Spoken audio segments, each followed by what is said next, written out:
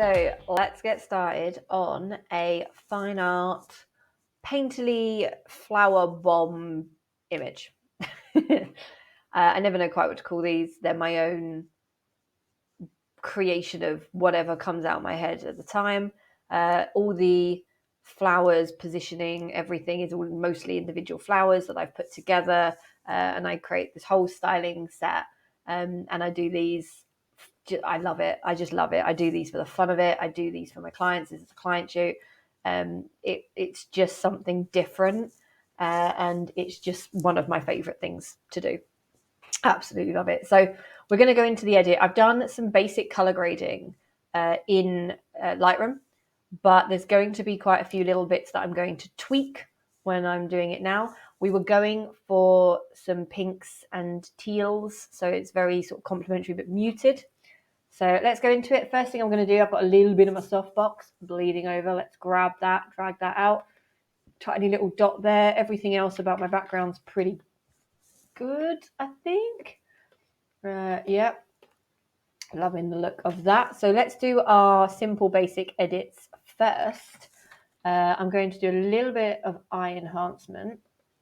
Now, when I was in Lightroom, I have flattened this image a little bit because I'm going to re-add contrast and contour where I want it. So I've pulled my highlights down and I've pulled my shadows up just to give me a little bit of a range so that I can play here and sculpt exactly what I want to do with the image. So I'm just creating a nice simple, there's nothing that really needs doing skin-wise. There's a few little scratches because I was scratching the poor girl with flower stems. So that's all looking good. Now what I'm going to do is I'm going to do my skin edit, and she's the right distance that I can use my preset here, which is a mixture of high pass, surface blur. You'll find it in almost all my videos, how to do this skin edit. It's really, really simple. But on this one, I've wrote it as an action just so I can easily grab it. Sometimes I have to redo it, especially if I'm doing an extreme close-up. It needs doing manually for each person's skin texture. But when it's slightly further away, my preset seems to work quite well. I often jump in, edit it and change it and mix it around. But, every little bit helps when you're saving time. And that's got a nice glowy edit in there. So I'm already very happy with that. That looks great. So let's do our contour. So Control, Shift and N, and we're going to go into our soft light, tick the box, and I'm going to just contour along the top of this cheek. Now I'm choosing where to contour based on where it's already lit. I already lit my image quite soft and ethereal and painterly by using soft boxes, by using feathered lighting, but also bouncing my light around. So it was something that I already had made a conscious decision. Let's shadow this round using my burn tool now just to add the shadows in.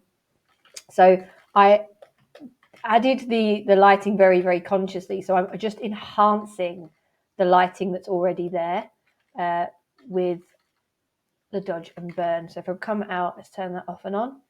And you can see it's just enhanced. It's just sort of brightened that that lighting. I'm going to actually bring a little bit more up on this cheekbone into here, a little bit more into there for a painterly kind of feel. Love it.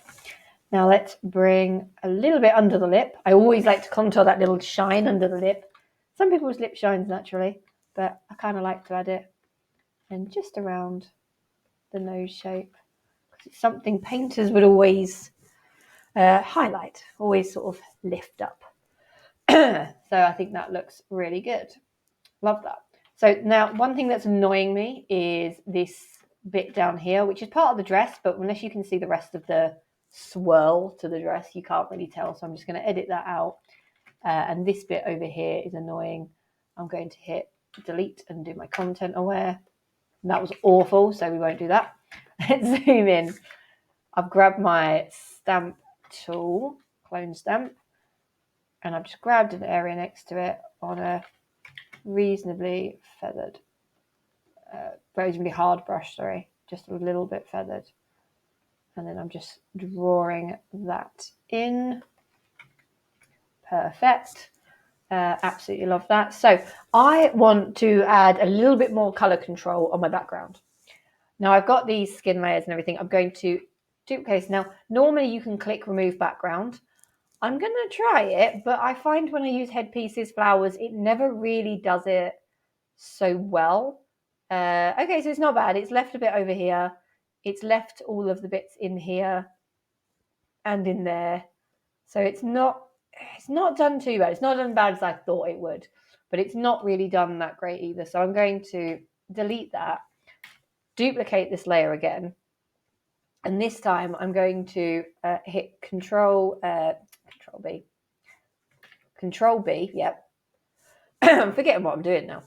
And I'm going to add in a little bit of cyan. And that's probably just about the right amount. Now, this is the color I want the background to go. Now, obviously, right now it's affecting her, and we've got weird patchy bits with the skin edit. So let's click OK on that. And then I'm going to mask, invert that mask, grab a brush. Now, obviously, wherever I draw that color is going to be there.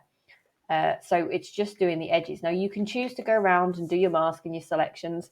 But when you're doing something like this, you can also just make a decision to have your opacity lower on like 30%. And just feather that round so it kind of blends over. When you've got styling choices like this, you're not really affecting a lot. It's, bleeding that over onto this isn't really going to make a difference. It becomes a look of the lighting and what the lighting's doing, and it becomes believable. If you can master how to paint this in. So I've sort of done all the edges. I'm going to put that back up to 100%. Draw the edges on like this. And I've now not had to go around painstakingly trying to select each bit. It's just blended quite nicely. If I turn that off, I can see if there's any bits that I've missed. Not really. That kind of works. So I've now got a nice cyan background that I can keep clicking on. I'm having trouble today. And hit Control B, and I can keep playing and adding more to it, or I can decide to hit Control U and pull my saturation down. Of course, this sort of thing can also be done with adjustment layers and doing it as a selection tool that way. It's whatever you want to do. I just wanted to see the color on the image the way I was doing it. I kind of like that. So now on the top layer, I'm going to hit an adjustment, Control B, it is Control B, color balance, and go to my highlights because I want to add a bit more color into her. Now she is a highlight, as is all the flowers. So I'm going to add a little bit in the yellow into the highlights, a little bit magenta, a tiny amount, and a little bit of the red. And that's just lifted that skin color to a really nice, vibrant but muted pink. And I really like that. I think that looks really nice. Tiny bit more onto there. Yeah, I think that's lovely. Cool. So the next thing I'm going to do is play with a little bit of a faded effect. So I'm going to add an adjustment layer again. We're going to go to our levels. I'm just going to pull down here the output levels up ever so slightly. And all that's doing is lifting my shadows. But I'm going to re-add my contrast up on my input levels up here. And choose exactly where I want these now. I can flatten it again here. And just lift in just to create a little bit of depth. But keeping that kind of slightly mattified effect. It's subtle, but it's just slowly giving me that sort of texture that I want to this image. I want it to feel rich and full, but I want it to feel a little bit faded and aged at the same time.